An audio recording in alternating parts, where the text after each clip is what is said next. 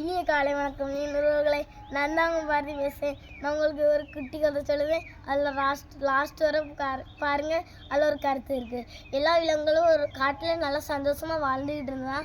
அப்போது எல்லா விலங்குகளும் ஒரு 10 தவளையை கிணத்துக்குள்ளே இறக்கிட்டு ஒரு போட்டி வைக்கணும்னு சொன்னிச்சான். இந்த கிணத்துல மேலே ஏறி வரணும்னு சொன்னிச்சான். சரின்ட்டு கிணத்துல மேலே ஏறி வரணும்னு விட்டுட்டாங்களாம். உள்ளே இறக்கி விட்டாங்க 10 தவளையை. அந்த கிணறு நல்லா வழுக்கும். அந்த தவளையெல்லாம் ஏற பாதி தவளை அப்படி வழுக்கி விழுந்துட்டான். அப்படி பாதி விலங்குகள் சொன்னிச்சான், நீ ஏறிட மாட்டேன்னு சொல்ல அப்படியே பார்த்து கீழே விழுந்துட்டான்.